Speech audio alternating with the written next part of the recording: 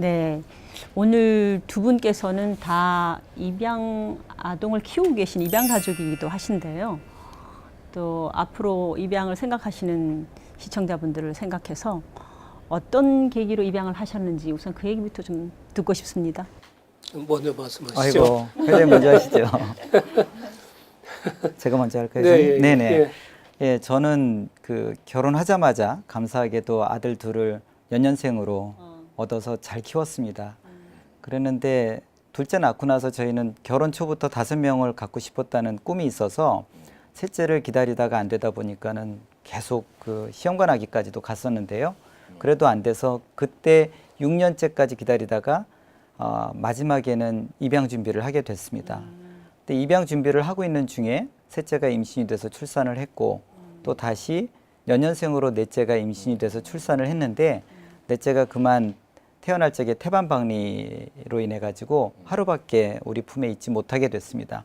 그래서 넷째를 먼저 천국에 보내고 나서 그럼 우리는 어떻게 할까? 그러다가 셋째 때 준비했던 이제 자녀를 그럼 다시 입양을 시작하자. 그러고서는 입양 진행을 하려고 했는데 그 당시에는 저희 아버지께서는 워낙 입양에 대한 편견, 지금 말씀하시겠지만 그 편견이 워낙 강하게 사로잡히셔서 보통 반대를 하셨던 게 아니셨어요. 호적에 판다. 뭐 우리가 아는 그런 스토리들이 저희 집에도 나왔고 그래서 아버지의 허락을 득하는데 1년 반이 걸렸습니다.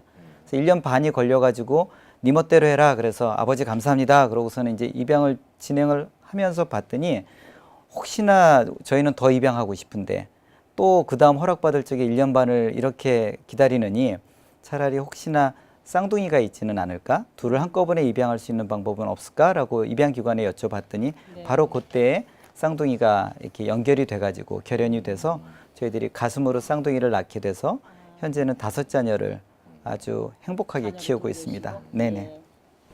몇 년 됐습니까, 그러면 입양한 지? 지금 저희 막내들은 2011년생입니다. 그래서 현재 초등학교 1학년 8살 나이로.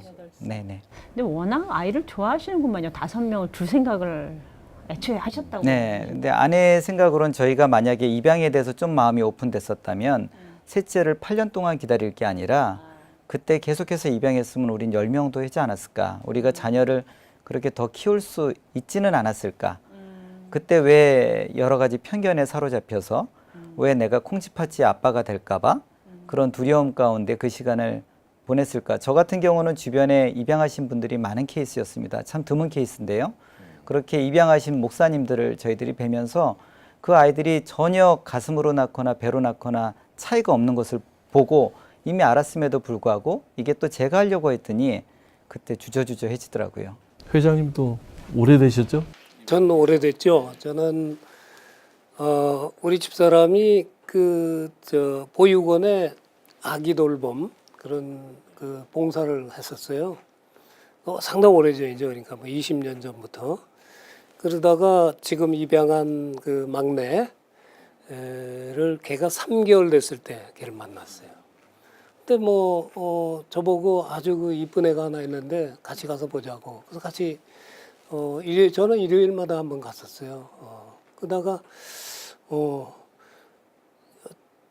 역시 애들은 시설에서는 안 되는데 그런 생각이 자꾸 들더라고요.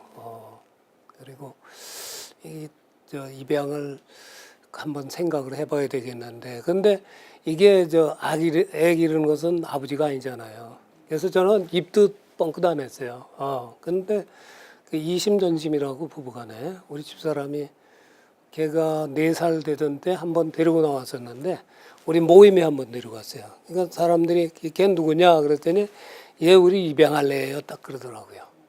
그래서 그것이 2004년 말입니다. 예, 그러니까 14년 됐죠. 네, 네.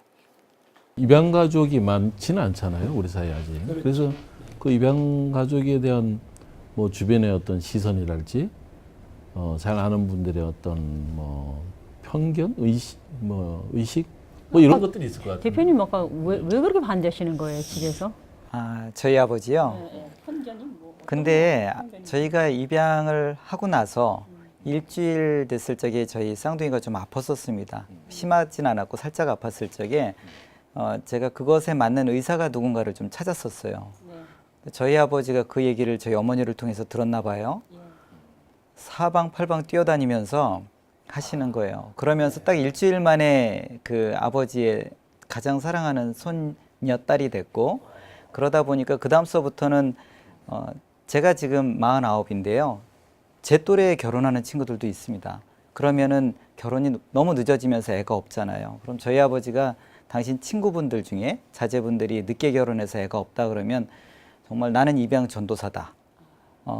입양 내가 생각한 거와 너무나 틀리다. 가슴으로 낳건 몸으로 낳건 똑같더라. 내 손자더라. 그러면서 당신의 삶이 180도 바뀌었던 것을 봤던 것 같습니다. 그래서 말 그대로 편견인 것 같아요. 문자 그대로 문자 별로 그대로. 근거 없는 네네. 그냥 전에부터 내려오는 네.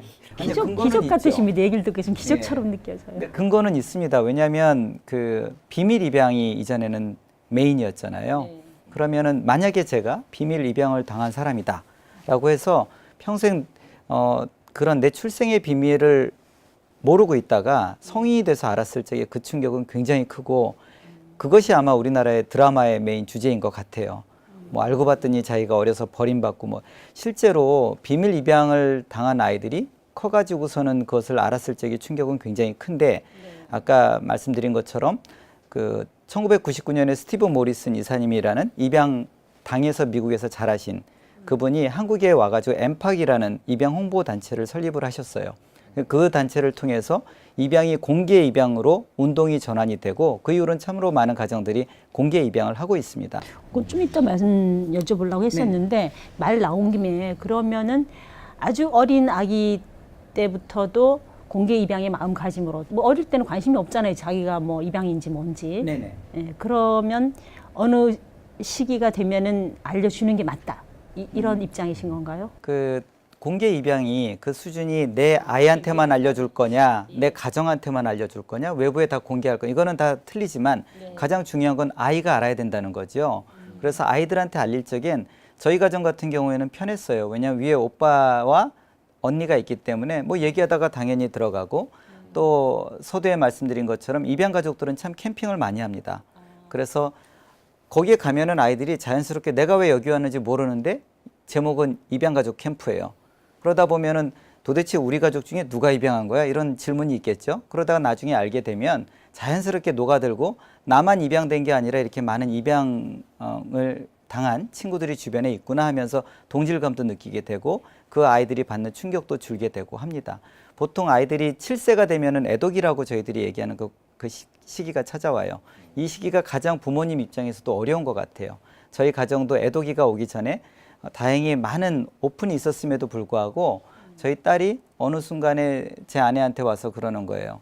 그 언니가 그 3살 위의 언니가 아이들한테 책을 읽어주는데 그 어미곰이 이제 아기 나면서 아야 했던 그 내용을 애가 막 책을 들고 제 아내한테 찾아온 거예요. 그래서 아내한테 그렇게 물어봐요. 엄마도 나 낳을 때 그렇게 아팠냐고. 근데 딱 그 질문이 그 아이가 첫 번째 인지했던 그날이었던 것 같습니다. 근데 제 아내가 그것을 놓고서는 딸을 이렇게 보면서 그렇구나 현서야. 나는 근데 너를 낳을 적에 아프지 않았고 너 낳을 적에 아팠던 엄마가 따로 있었다고 그 얘기를 하는 거예요. 근데 그 얘기를 굉장히 밝게 해줬어요.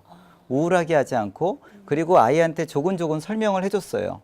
그랬는데 아이는 실제로 그 얘기에 대해서 잘 관심이 없으니까 엄마의 반응만 보는 것을 저희들이 알게 됐어요. 엄마가 이것에 대해서 문제로 인식하나 안 하나. 그 다음에 또 시기가 옵니다. 그래서 또 물어봐요. 그럼 그때는 또 아내가 우리가 얼마나 너를 낳아준 엄마를 자랑스러워하는지. 아기를 낳아준 엄마는 너무나 자랑스러운 엄마예요. 또 제 아내가 나는 1명씩 4명 낳을 때마다 참으로 죽을 만큼 아팠는데 너희 둘을 낳아준 엄마는 한꺼번에 너희 둘을 낳았으니 그 아픔을 나는 상상도 못하겠다. 그 엄마는 그렇게 귀한 일을 감당을 하고 당신이 키우기가 너무 어려운 형편이다 보니 엄마 아빠한테 의탁한 거야. 그래서 너는 자랄 때까지 그 엄마를 만날 때까지 그 엄마를 너무나 자랑스러워해야 되고 우리가 기뻐해야 되고 그리고 또 만남을 또 기다리자. 그러고 그 엄마를 위해서 기도도 해주고 박수도 쳐주고 그런 것을 1년 동안 했습니다. 요점은 그건 것 같아요. 이 입양이 결코 왜 입양을 그런 부모님들이 말하는데 어렵고 슬퍼할까? 보면은 아기가 슬플까 봐 두려워하시는 거예요. 그죠? 그 아픔이 느껴질까봐. 근데 그것에 대해서 많은 입양 부모님들은 공개 입양하시는 분들이 잘 마음 준비하고 그러면서 그 아이들한테 그것이 문제가 아니라 너는 아주 독특한 아이로 특별한 기회로 우리와 이렇게 맺어졌고 우리는 너희 낳아준 엄마도 자랑스러워하고 너를 너무 자랑스러워한다. 그런 메시지를 줌으로 인해 가지고 특별한 문제 없이 넘어가지는 것 같아요.